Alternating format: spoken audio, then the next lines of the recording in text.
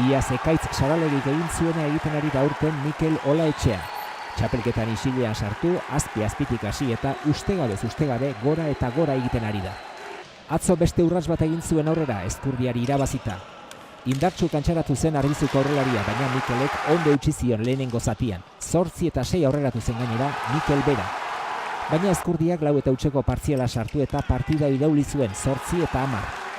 Une horretan norgeaoka geratu zuen Iraitzek Olaetxearen anaiak eta botileroak eta hortik aurrerakoa beste kontu bat izan zen. Olaetxea erabat nagusitu zitzaion Ezkurdiari bigarren zatian.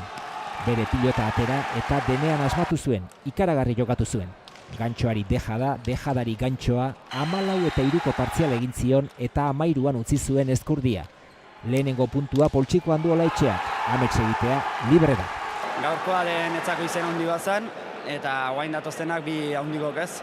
Ez dakit, gaur eukituten sensazio kantxan oso nahi die, eta galduta de sensazioekin jokatzen nahiko nuke.